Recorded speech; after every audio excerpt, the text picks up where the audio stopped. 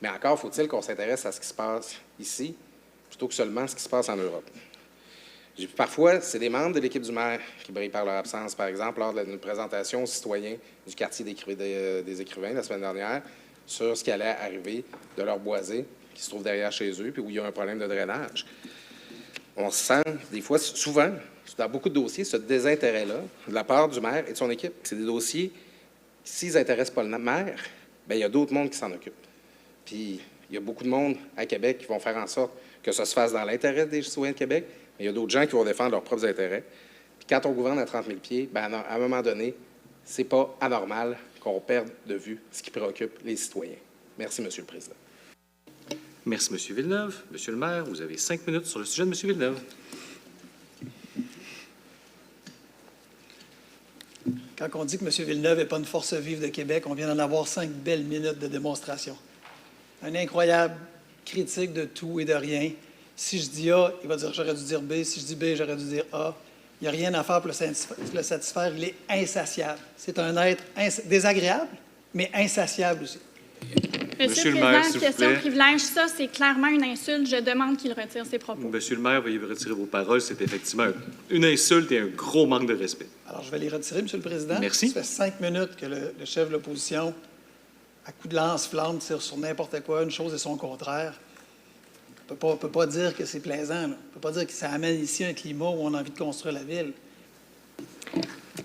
Monsieur le Président, je vais être obligé de dire que je suis un peu estomaqué des propos de M. Villeneuve concernant la consultation sur le secteur des écrivains. Je rappelle à M. Villeneuve que c'est un dossier d'arrondissement et que sa propre conseillère a pris son carton qui était à l'avant dans la consultation à laquelle elle devait participer à titre d'élu du district concerné pour aller s'asseoir dans la salle et laisser les ressources de la ville répondre aux questions des citoyens. Ça, c'est un manque de leadership, Monsieur le Président. C'est pas un dossier. J'ai été interpellée dans le cadre de ce dossier-là parce qu'il y avait une coupe d'arbres. C'est la raison principale pour laquelle je me suis mêlée de ce dossier-là au départ.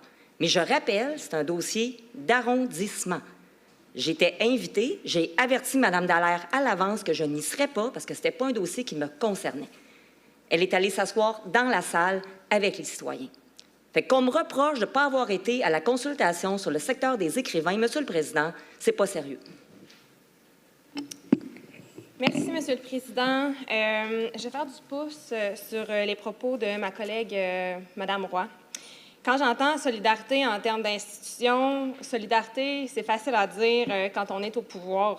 C'est facile de mettre les conseillers qui n'ont pas les leviers décisionnels en avant pour qu'ils prennent la chaleur, mais il est de la responsabilité et du devoir des responsables des membres du comité exécutif qui ont les leviers d'être présents. Ce soir, je vais parler pour les citoyens que je représente. Et je vais reprendre le fait que mon chef a mentionné que nous sommes sous l'impression que le maire n'est pas près des préoccupations des citoyens, mais que les membres de son comité exécutif aussi. Ça a été abordé le 26 septembre dernier. Il y avait une séance d'information aux citoyens de mon district en lien avec le développement à venir dans le parc technologique du Québec métropolitain. Pour vous situer, là, ça a été mentionné, on est dans le secteur du boisé des écrivains, qui se trouve derrière les résidences de la rue de Joinville, Sévigny-Giono. On est dans ce coin-là. On est devant des terrains qui sont identifiés comme tourbières-boisés en milieu humide. Le jour même, soit le 26 septembre dernier, je recevais un courriel de Mme Asselin qui m'indiquait qu'elle ne serait pas présente lors de la soirée puisque nous étions devant un dossier d'arrondissement. Soit. Est-ce à dire que c'est moi la responsable du développement économique, du développement durable, de l'ingénierie? Que les décisions en lien avec le parc techno doivent être prises par les élus de l'arrondissement des Rivières? Entendez-moi bien.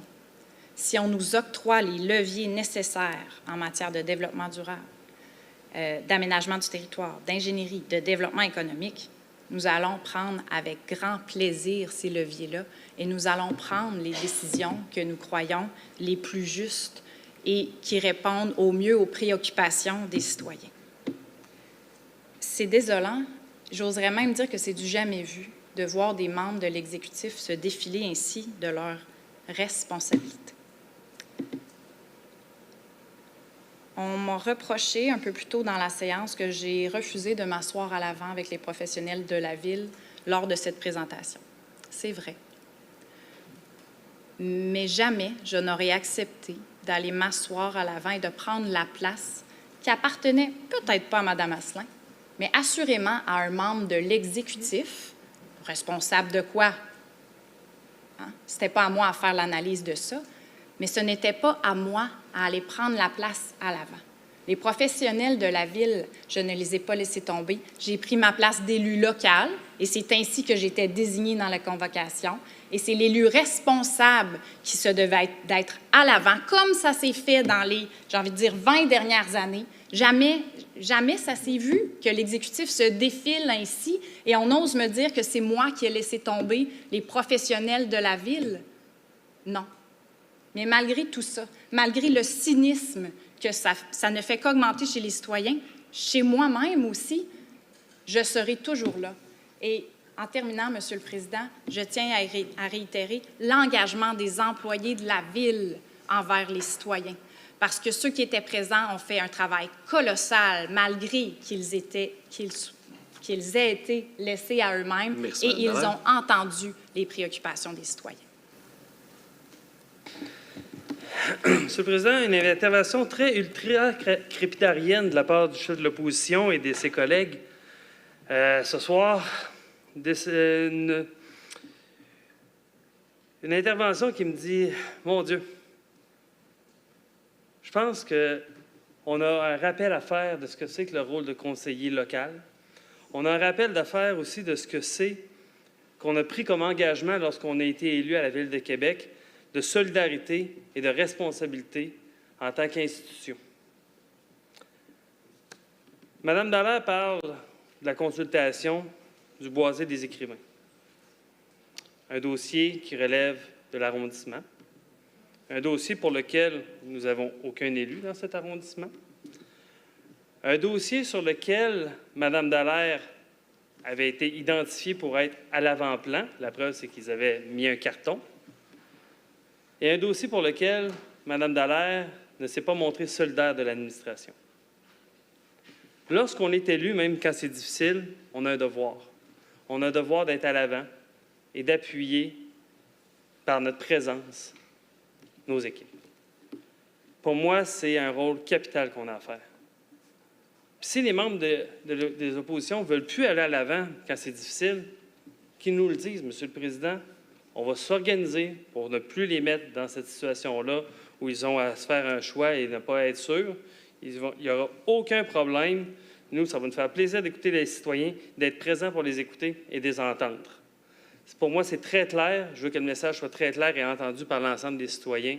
À Québec fort et fier, on est là pour vous écouter, on est là pour vous entendre, on prend nos responsabilités et on exécute pour vous livrer une ville différente, une ville qui évolue, une ville qui est encore plus près de ce qu'on veut comme Ville de Québec, une ville accessible, une ville où il y a une qualité de vie, peu importe les quartiers que vous choisissez d'habiter.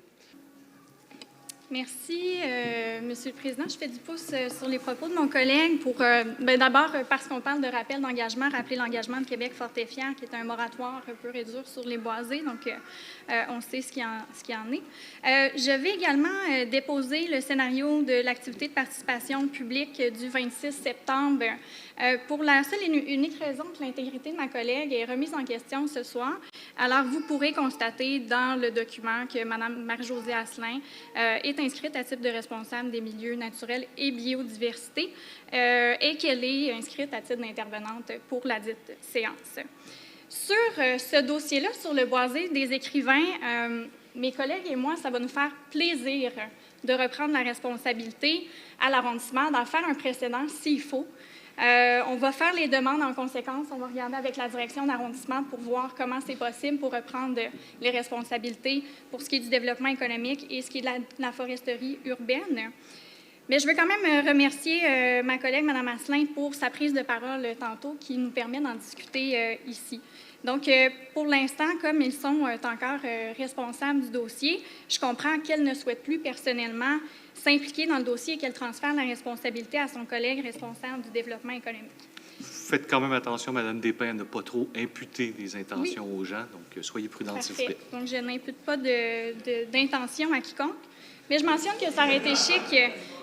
Est-ce qu'on peut avoir un décorum? Ça aurait été chic d'en informer la bonne centaine de citoyens quand même qui étaient là et qui comptaient sur elle. Alors, je me tourne maintenant vers le collègue, M. Weiser, que les citoyens n'ont pas eu l'opportunité d'entendre ou de s'adresser le 26 septembre dernier, puisqu'il n'était pas sur place. Alors, je lui pose des questions ici que les citoyens des alentours, en fait, du Boisé, auraient voulu lui poser directement. Est-ce que, en matière de développement économique, là, notamment sur le possible échange entre deux terrains industriels. Donc, quelles sont ses intentions quant au moratoire pour le développement des terrains à développer qui sont dans des milieux humides? Ensuite, je lui demande quelle est l'échéance pour les suivis et vérifications lors de la dernière séance d'information. À quel moment les gens de Joinville auront une confirmation de la prise en charge du drainage des terrains derrière leur résidence? Pouvez-vous nous confirmer la réalisation des travaux par le service d'ingénierie afin de régler les enjeux d'inondation des résidences des rues Giono et Sévigny? Peut-être que c'est davantage pour M. Verrette, celle-là. Et pouvez-vous nous confirmer que le Boisé demeurera accessible 12 mois par année? Alors, je remercie à l'avance M. Weiser qui reprend le dossier pour ses réponses. Pour ceux qui le connaissent, c'est pas quelqu'un qui, lui, se dégage de ses responsabilités. C'est quelqu'un qui respecte ses engagements. C'est quelqu'un qui est documenté. C'est quelqu'un qui est rigoureux. Je pense qu'on peut dire que c'est une réelle force vive à la Ville de Québec. Alors, je suis persuadée qu'il saura nous donner ce soir l'heure juste aux citoyens qui nous écoutent. Merci, M. le Président.